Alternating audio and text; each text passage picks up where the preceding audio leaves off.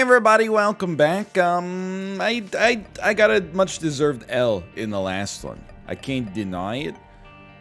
Let's try a Polyon true ending. I don't know if it's just in my head or if there's a real contingent of people that are like, I'm sick of this true ending malarkey. Why don't you try something else? I don't know, maybe. I feel like we're on a bit of a wave right now. Like, getting that Tainted Keeper run, getting that, regular Lost? Did we do regular Lost true ending, I think? It's a blessing and a curse, right? I can't lie, that I won't deny. I did it all for the momentum. Come on, the momentum. So you can take that brobentum and stick it up your... You know what I haven't done in a while? I haven't played the name game in frickin' forever, dude. You know, what's your name? Oh, my name's Anna. Anna, Bobana, Fanana, Fana, Fofana, Fee, Fan, Fon. You ever have that, they came to our, I say they as if it's like one group that wrote that song. By the way, I'm holding off on Razor Blade till I see if I can maybe, or Metal Plate, I should say, until I figure out if I can actually play the Eddie Room a little bit here. Maybe we'll get a bunch of HP that means we don't want to just throw a Spirit Heart away. Polished Bone. Occasional Bone Man, I think, helps us out. Occasional Boneman.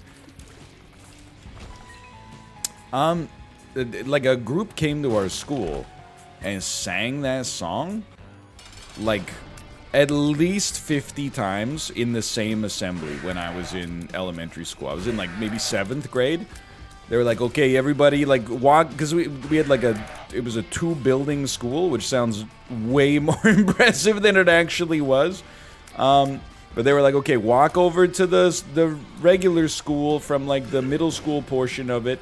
We're about to have an assembly, and you expect it's going to be like, you know, I don't want to say dramatic, but like there's going to be a purpose for it. And it was just like an hour and a half of like, what's your name? Stephanie, Fanny, Bobo, Beth. Okay, skipper. We're skipping her. If you have 2 syllables in your name, you're welcome to put up your hand. Any Elizabeth? No. We can't do it. Any Annas in the group? Any Annas out there? It's just assemblies, man. Here's you can put this on a motivational poster. Assemblies are the elementary school version of meetings. This assembly could have been a newsletter. So there you go. That's a shirt that, you know, if you're a cool person, you could give your kid that shirt to wear on assembly day. This assembly could have been a meeting. I remember you'd always have to go to like the Christmas assembly where they would you know, sing Christmas songs, and you know, every class prepared something. That's cool. Don't get me wrong. I'm not trying to say they should exclusively be teaching, you know, these kids, you know, engineering or something like that when they're in 3rd grade. But I do remember in 6th grade, there was there's a school assembly. It went on way too long.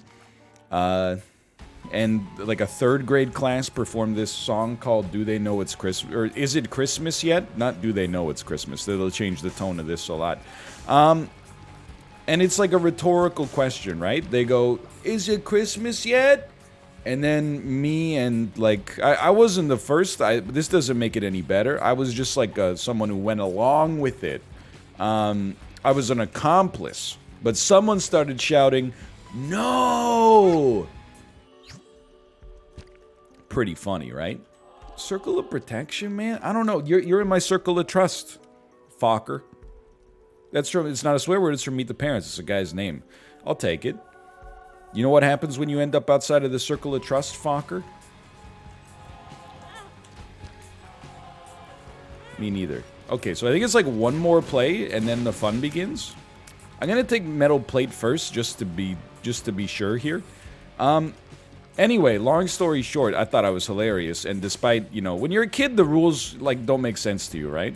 Like, you live in a different reality. I was in the audience shouting, No! Over and over. But I thought, like, wow, that was fun and also a victimless crime, and nobody knows that I did it. And then my teacher, like, as soon as I got back to the classroom, was like, hey, can you step, like, into my office over here? And I was like, oh, for what?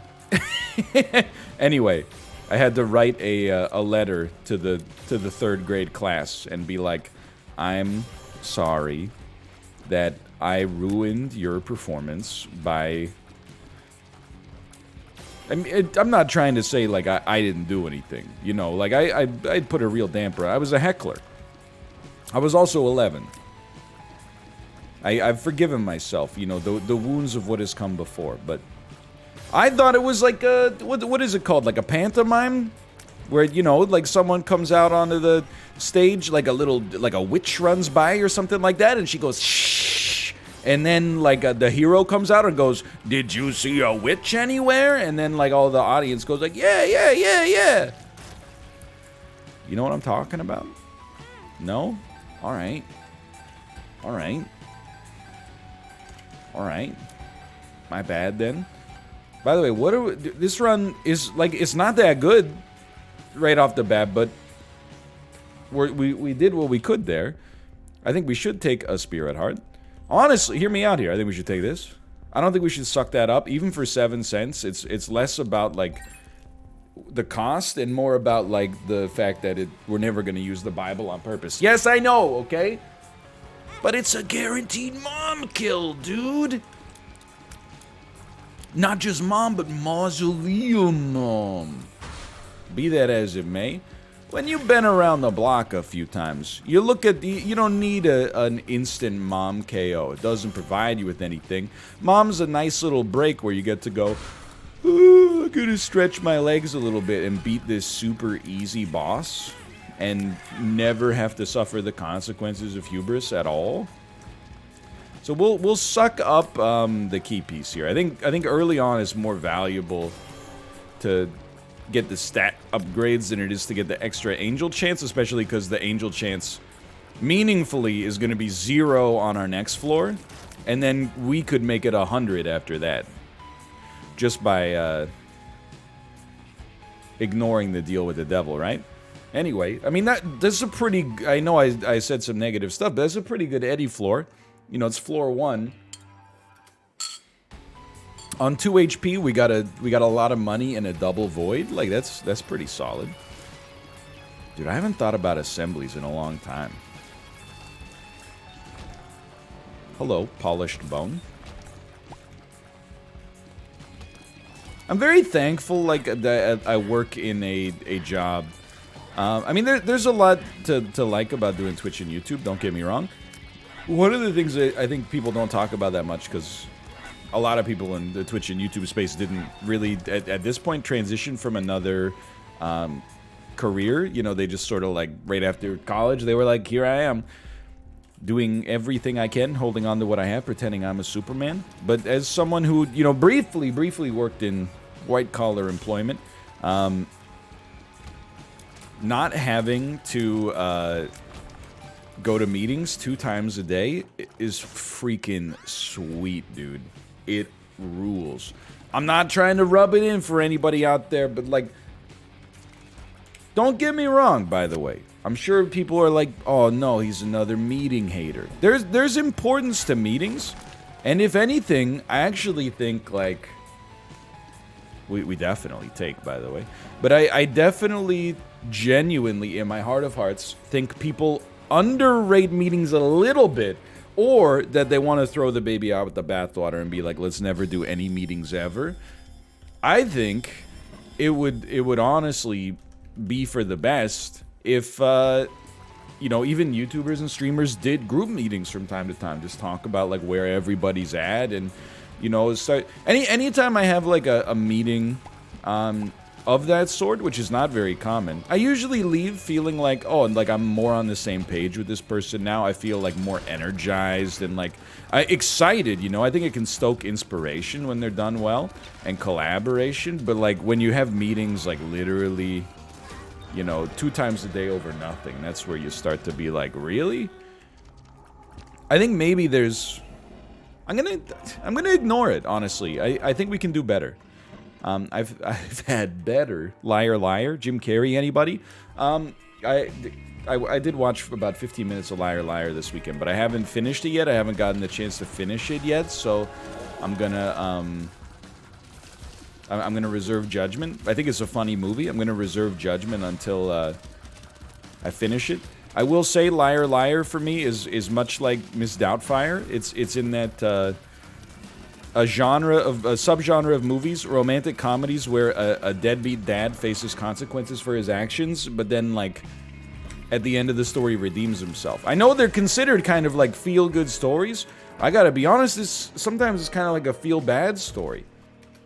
Like, I've seen Liar, Liar, as a child many times. Came out when I was like 11. Okay, we don't mind.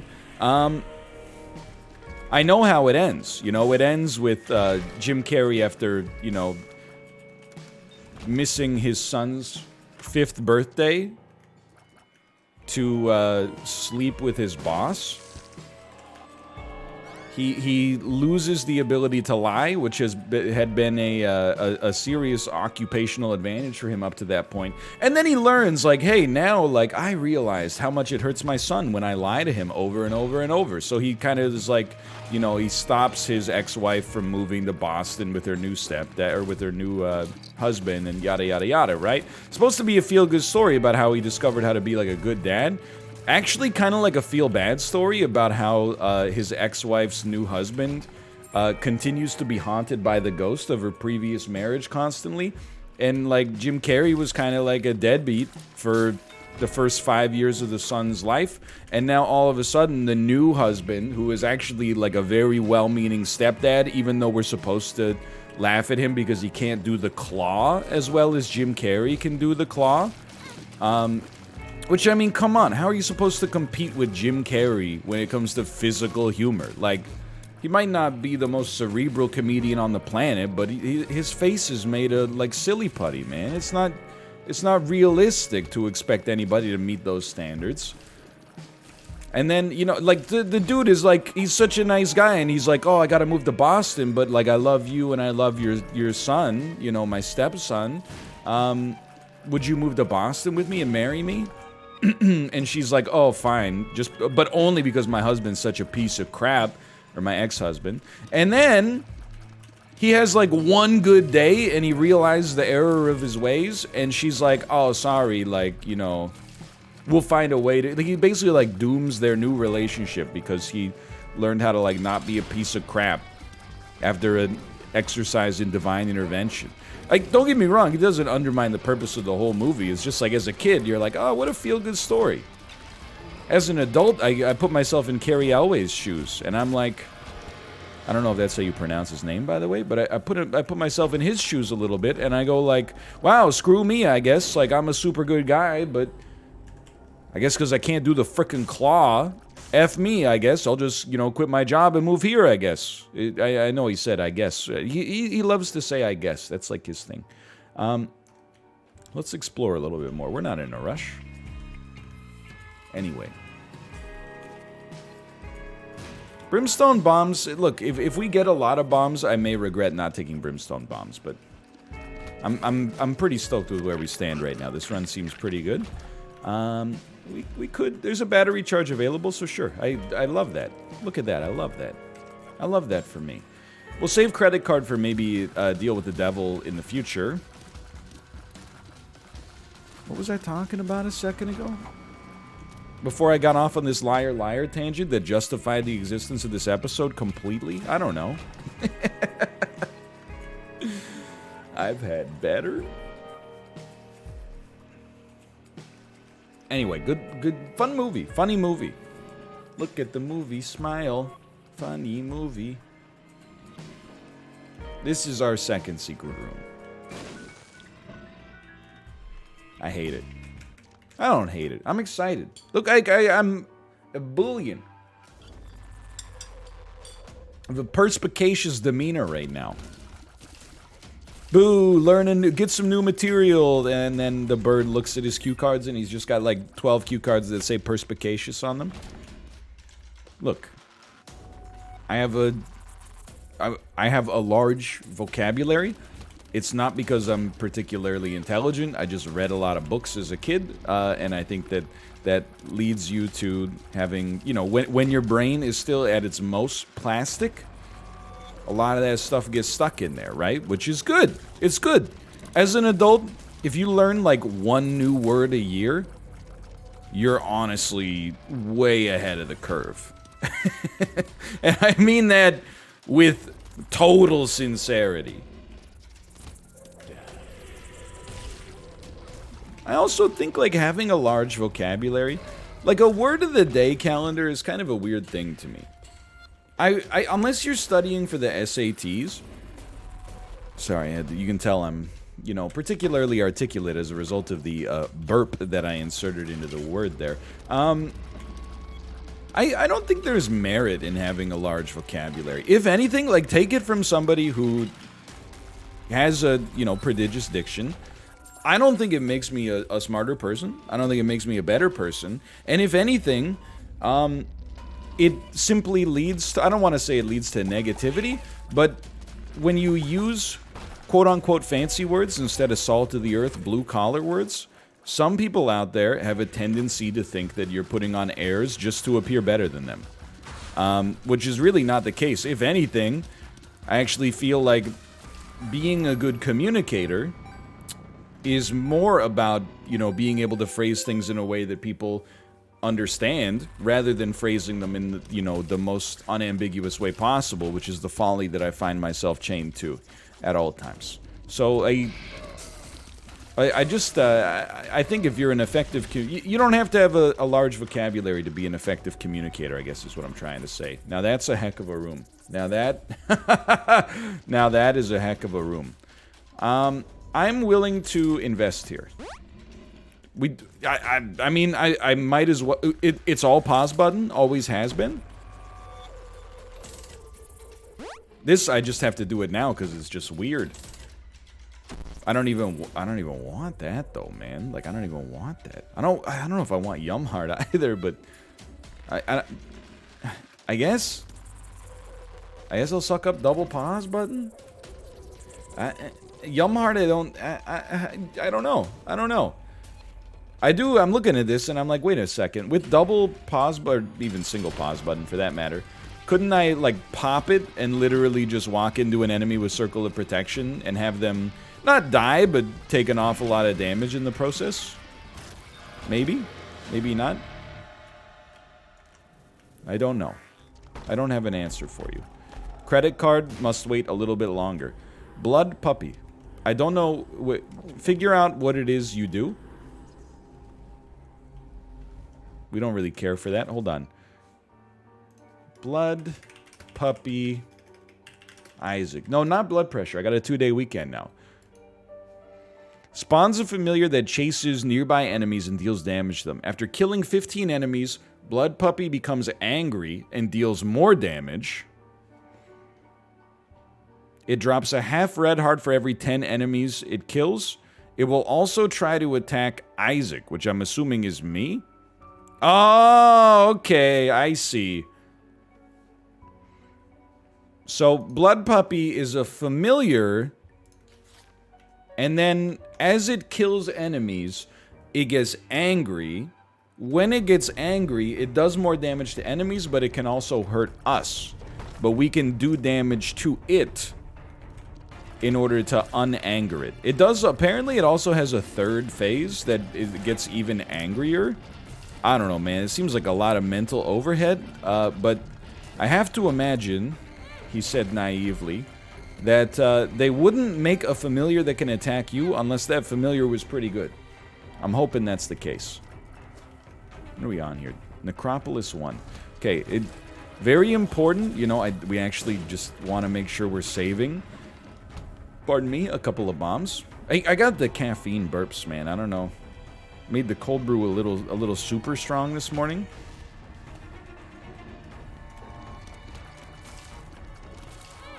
I knew I was gonna get hit there. I'll take responsibility. You know what might actually be nice then, and it's always nice, so this is not unusual, but to be able to fly maybe.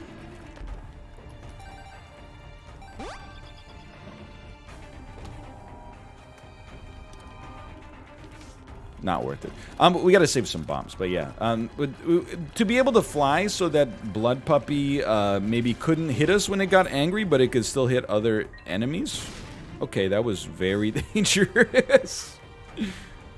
I know I said we need to save bombs. It's because it like crossed into my brain that, you know, we could blow this guy up. I decided it's worth it. We've really gotten lucky with our deals with the devil. Not so much with the items. They've been okay, but, you know, just with the incidence rate. I got nothing against trying to keep that going. This run, you know, I think because... Like, the Forgotten is a really strong character. I think on a marathon boss fight, they suffer a little bit. Like the Cuphead fight, right? So we're, he's gonna get angry any second now, I think. Yeah, there he goes. He's upset. He's upset! Don't kill him yet, though, because, like, I think if he gets even stronger... Or if he kills more enemies, he gets even stronger, which will allow him to hit super damage level. I do want to blow all that stuff up in there. I just want to, if possible, not screw up Blood. I don't know, maybe it is worth smashing him here. Mostly just because he's kind of, like, annoying me. Anyway, what I was going to say is I think we're in a little bit of a better position now. What the heck? He's broken, okay. That's amazing, dude. I definitely think we should void it, though. 3 items in there, none of them that valuable. Yeah. I have no idea what we got. Certainly speed, certainly range. I don't know what else, though. Because we lost Illuminated Bulb there temporarily. I really think there's something to be said for me right now for just, like, relaxing. Like, just not worrying about the min-max aspect of the run as much as I am right now, which you're gonna laugh. You're like, this is you trying? But it's true, it is. Oh, you don't think I'm trying? Well, what if I broke out the claw? Oh. Okay, let me see if we get a deal with the devil. We have to take the Fool card on the next floor. So, like, we're running out of time for the credit card to be worth something.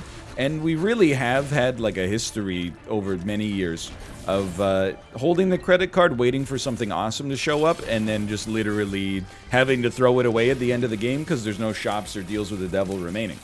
So, I think, you know, to use it to get Pandora's box is not the end of the world. Even if Pandora's box, I don't even, they might give us like 4 Spirit Hearts or a little money down here, I can't remember.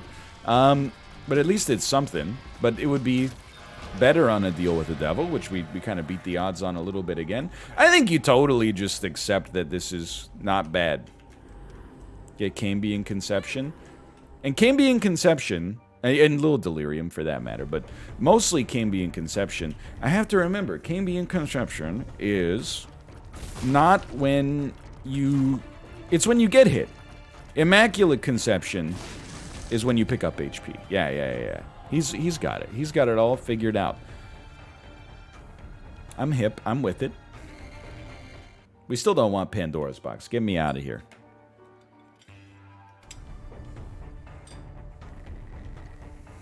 Movies, man. Did I already talk about Cruella? About how insulted I was that Disney wanted 35 bucks plus Disney Plus for Cruella? Come on, man. It's Cruella. Hey, dude. I'm a real Dalmatian head. Me and the other Dalmatian heads have been talking. We're gonna need you to stop being so rude to Cruella, okay? A lot of us have been waiting for this movie for a long time. This is like an old Patton Oswalt joke that I'm siphoning the spirit off of. I'm generally, like, not that... I'm cynical, like, about some things in real life, like the fact that people can't seem to drive for 10 minutes without looking at their phones. But for media, like, I guess I don't take it that seriously, even though it does make up the bulk of my commentary. Like, I'm never, like... oh, you know, like, super impassioned about Star Wars or anything like that, or you know, you get the general idea, right? But I will say, like, I think there's a inverted Pangloss sort of situation that a lot of people are in. I think people believe that media is the worst that it's ever been, and every year is worse than the one before it. It's like, you know, Peter in Office Space, right? Every day is the worst day of his life so far. And I don't believe that, you know. I think there's some cynical stuff in Hollywood, and especially like if you don't like the Marvel Cinematic Universe, then, you know, it's very easy once every 3 months or so to be like, you know, I hate this, and you know, feel like that's the reason that you don't get any more Albert Brooks comedies that come out to theaters and make $250 million. I can understand your point.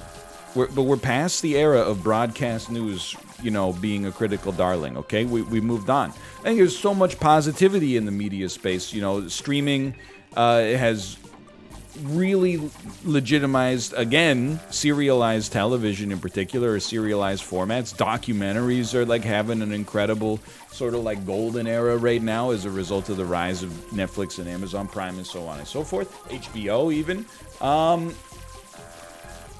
Okay, it's just a waste of my time. Stop wasting my time. The one thing I will say, though, is, like, nobody is ever like, I don't want more original movies. But you kind of vote with your wallet, right? Myself included. I watched Minari. I had an amazing time. I thought it was a fantastic movie. But certainly, you know, I didn't go rush out and see it immediately. I did pay $20 to watch it as a rental on Amazon Prime, but, you know, it's not like I was like, day one, I'm going to, like, wait overnight for Minari. Next time I get the opportunity to go see a Marvel movie, like 11 p.m. release the night before it comes out, will I? No, because I have a baby, but I'll, like, you know, I'll feel a slight sense of FOMO, perhaps. But that being said, like, does anybody, like, I apologize to 101 Dalmatians fans, but, like, do we really need, like the Anakin Skywalker treatment for every single character that you've ever seen, ever, in any form of media? Like, it's just a little much. I never, in my life, wondered, like, why Cruella de Vil was, like, evil. She sprung out of the miasma as a fully formed ball of malevolence. You know, does she need a backstory where all of a sudden you're like, oh, well, I can't even go back and watch 101 Dalmatians anymore without thinking of, like, the situation that led Cruella de Vil to this sorry fate of drowning in a vat of molasses at the end of the movie, right? Like, it's so strange to me. I guess the simple answer is just money, which is fine, by the way. I guess where I get annoyed is not so, it's not that, like, please, I want the item. I get annoyed when people are like, the movie industry is, like, out of ideas, and I'm like, there's, like, more independent movies out than ever before, you know? Like, if I wanted to watch, trying to think of a good example, like, I remember watching Me and You and Everyone We Know, which is a great movie that has kind of been infamously memorialized as the poop back and forth forever movie. Like, it's a really good arty movie. Yes, it does have that moment in it. It makes more sense in context. It's also funny in context, by the way. But it's a great movie. I had my eye on it, you know, when it went to, like, 6 theaters in Los Angeles and New York in 2004. Then I had to wait for it to come to DVD. Then I had to wait for my local video store to buy, like, 1 copy of it on DVD. And then if there were, like, 3 people interested in movies who lived in your town, you might have to wait, like, a month for it to actually, like, be in stock when you go to the video store. Nowadays, like, you don't even have to go to even a fraction of that effort. You know, you just, oh, new movie came out, it's awesome. By the way, it's freaking free, or it's like $6 on YouTube Movies. So when people are like, oh, you don't forget it, I very, very nearly forgot about that. when people are like, oh, Hollywood's out of ideas, I'm like, bro, Hollywood's been making garbage for, like, certainly as long as we've been alive. Come on. It's not, you know, I guess Hollywood's out of ideas because they're making too many 7 out of 10 superhero movies. It's not because, you know, Vince Vaughn has had a career for 30 years. Sorry, Vince. The first 20 years, I actually, like, there's some stuff in there that I kind of enjoy. But anyway, do we really need a universe for everything? Like, it's one of those things where I'm like, I just don't think we need context for everything. Like, they're making a Willy Wonka reboot that's just gonna explore Willy Wonka's, like, origin story, starring Timothy Chalamet. Like, the movie might be good, but who cares? I guess maybe that's, pardon me, an overly reductive way to think about it. But who gives a crap? I like Charlie and the Chocolate Factory. Great movie. I read the book as well about 1 billion times as a kid. Read the sequel 1 billion times as a kid, where they go to outer space and get, like, you know, attacked by aliens, and the grandparents age in reverse, so they actually become like freaking spirits or whatever. That'd make a weird movie. Like, what about making that one? I think there's maybe some stuff in that that's a little spicy as well, but, you know, you could just make it more appropriate for modern audiences. Temperance? I forget what you do. 5 pills. Okay, that was actually pretty great. But, like, who gives a crap about, like, you know, Willy Wonka was born in a willow tree's ear, you know, in the year Serpty 74. You know, I just, like, no, it doesn't. I mean, I apologize. I'm just saying it over and over, but, like, who cares? Willy Wonka's cool. The fact that his origin story is unknown is part of what makes him kind of interesting. Because you're like, look at... In fact, the whole point of the movie, or the book, I should say, to begin with, is that he's a recluse, which makes him more compelling because you don't know, like, how this, you know, weird man came to exist. Instead, they're like, you know, all those mysteries? Like that weird tunnel in Charlie and the Chocolate Factory? Like, what's going on with that tunnel, man? Oh, we're gonna tell you. We're just gonna... the tunnel was imbued with Wonka magic when a rogue chocolatier gave Willy Wonka his trademark magical purple cap. Like, it's just... Just leave it alone, man. It's not necessary. We're going to die, I'm realizing. I think, do we have, is that Cambian conception, Little Brim? That's helpful, don't get me wrong. Man, I'm like there's a lot of cards that would hit the spot right now. I hate this room, and we don't have to be here.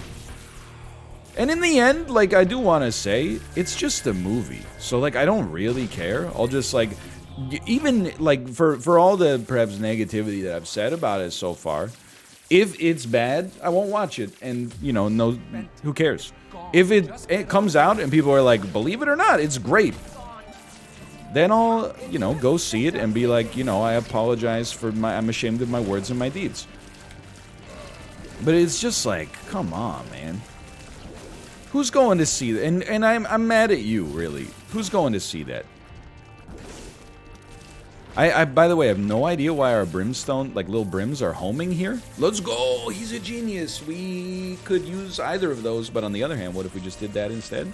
I'm gonna take the strength card with us, obviously. That's why you leave your item rooms behind. Okay. Like, if you're watching this and you paid money to see the second Snow White and the Huntsman movie, like, explain yourself. Especially if you're going around being like, oh, it's the Iron Man's ruining the movie industry. Come on, man. You saw Maleficent 2 in theaters, and you're going to talk about how, like, hey, man, hey, that's not the same, NL. In some ways, because it affects me this time. It's not the same, and the reason it's not the same is because nobody saw Maleficent 2 in theaters. But I think this is the right setup. Nose Goblin's mighty helpful. Strength is mighty helpful. Keep in mind, you're always going to have the ability to get Mom's knife out of that chest right before the boss. Stranger things have happened. Stop arguing. Can't you see you're in love with each other? I think it's from Seinfeld. Dude, I gotta say, by the way, so if I get the choice of watching... Well, that was smart. The average stuff that's on television, and there's a lot of it that comes on a lot. One of the things that I'll be most prone to watch is Seinfeld reruns. And, you know, you might be like, oh, what channel are they on? I never see them. Try turning your TV to channel anything between the hours of any time and any time. I'm loving this little brim, man. I don't know how you're doing it, but I'm loving it. For the first time in forever, there's a little Disney reference for you. There was the finale on TV. Now, if you weren't alive back then, Seinfeld, you know, or if you weren't cognizant of media, I mean, admittedly, I was like 10, but I still remember. Seinfeld, considered one of the funniest shows of all time, even while it was airing. Finale came out. Everyone was like, this is a landmark television event. Finale disappointed people. Like they were largely considered it to be a disappointment. I always thought, like, at age 10 or 11 or whatever, I was like, this is still pretty funny. Like, I don't really see a marked difference between the quality of this and the quality of, you know, the average Seinfeld episode. Watching the part 1 of the finale this weekend, I gotta say, I think the critics were absolutely correct. It is markedly lower quality than your average Seinfeld episode. And it almost feels, and this is not a negative towards It's Always Sunny. It feels a little bit more like It's Always Sunny than Seinfeld. I guess I'll just take damage here. Or not, maybe, or not. Like, they're always jerks in Seinfeld, but, you know, in the finale, they really go a step too far. I'm not saying they deserve to be in prison, however...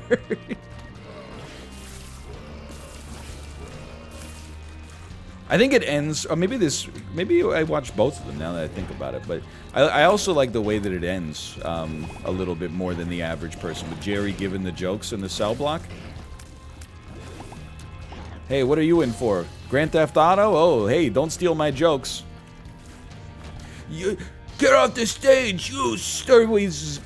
I'm gonna cut you, you stink. Hey, I don't come to where you work and smack the license plate out of your hand. Anyway, you guys have been great. It's not that bad, but the setup for it is a little bit, you know, it's more inelegant than your average Seinfeld episode. This is the kind of incredible banter you get with the 2-day weekend. Anyway, I'm kind of surprised by the prodigious length of the episode. I'm hoping we can get out of here in a reasonable time frame. This is Basement 2.0. I'm not in, like, any rush, although it would be nice to... I fear no mortal man, but that thing scares me. It would be nice to get out of here in time to eat a nice, like, little sit-down lunch before the stream starts. Fine, it's good. What's good for the goose is good for the gander. I'm really, like, the story of 2021 for me is really, like, rediscovering that a lot of, you know, the problems that I thought were just, like... with me, were actually just due to either being a little bit burned out or being a little bit hungry. Like, earlier this year, you know, we started getting, like, a meal service that delivered a bunch of lunches on Sundays, and then I started having, like, actual, real, like, fairly well-balanced meals. Oh, what am I doing? To eat before every stream. And then, like, I noticed my mood improving and also being, like, a lot less hungry. For years, I had been, like... oh, streaming makes me so hungry. Like, I feel an unbelievably, like, eldritch hunger in my gut, and then it turns out, like, you know, actually, when I look back, I'm pretty sure it's just because I was eating like a 200-calorie granola bar and then shouting for 6 hours. Like, it was... all these problems I thought I had actually already been solved. Just eat lunch and take a little time off. So, you're probably aware of this, but we are fairly likely to lose. I don't know what you are. we gotta check at this point. Devil's Crown Isaac. Did I already look this one up? Treasure rooms are replaced with devil rooms. Okay, well, awesome. Thanks so much. We could suck it up, but we'll lose the dim bulb effect. So it's kind of like, you know, I don't know. I feel like it's a little spicy one way or the other.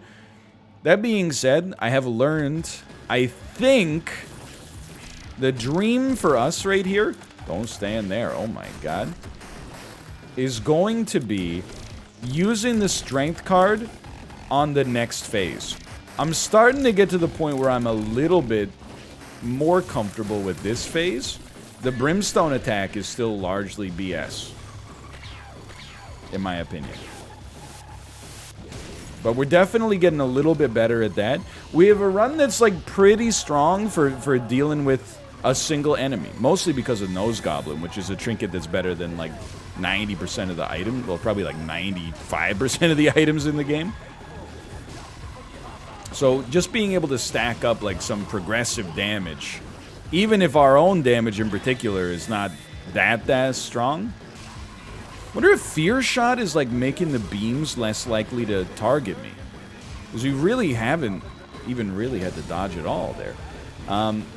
But definitely I feel like having an all stats upgrade matters a lot.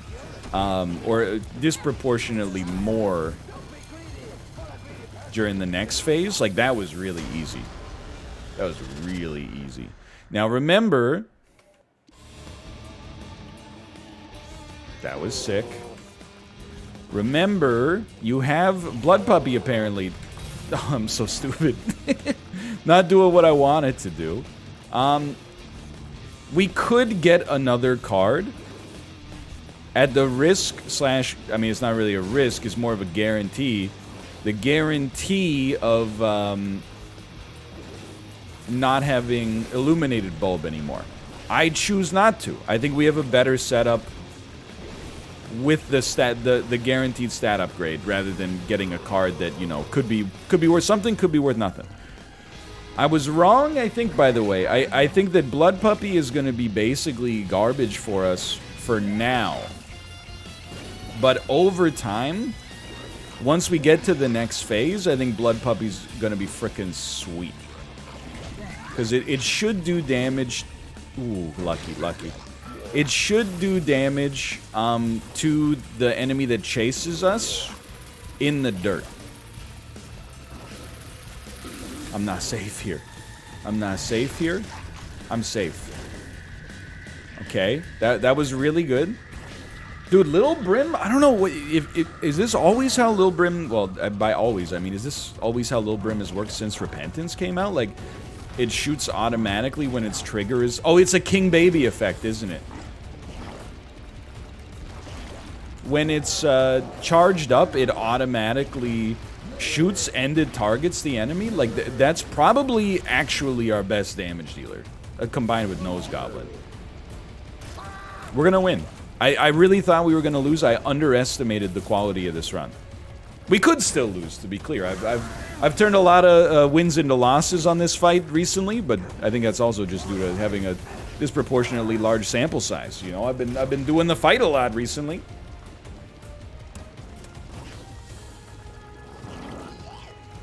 Hello. I gotta start doing damage to the scythes, man. I don't think there's a great reason to not be trying to do damage to the scythes. That's unfortunate and calls the run a little bit more into question.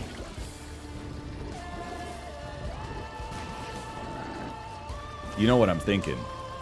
Man, if only we'd sucked up Yum Heart instead of 2 pause buttons for no reason. Saved. It turns out that, yeah, maybe getting Yumhar would have been a little bit smarter. Okay, it should just start going off now. Blood Puppy, what is wrong with you, man? Like,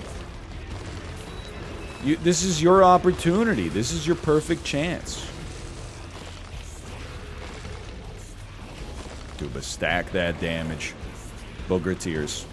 More.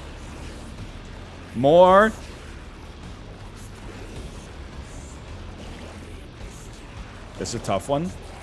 Sometimes you get like low rolls there. It becomes difficult. Like if you need to dodge towards the top to be safe, when you have to exit through the bottom on one of those waves, it can be a little touchy. Okay, sure.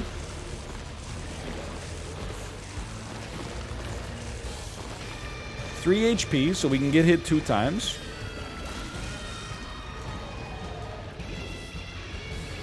We can always use Void as we get a little bit closer. We have to catch the card on the way, though, so you gotta be a little bit careful, I think. There we go. You're hornless. Any percent hornless. Get out of here. Okay, we finally done it. Worm friend has been unlocked, finally. Okay, good momentum, man. Good momentum. For now, thanks for watching. I'm going to take a deep stretch, and I'll see you next time. Thanks for the support. Twitch.tv/Northernland. Follow me there, and I'll see you next time. See you!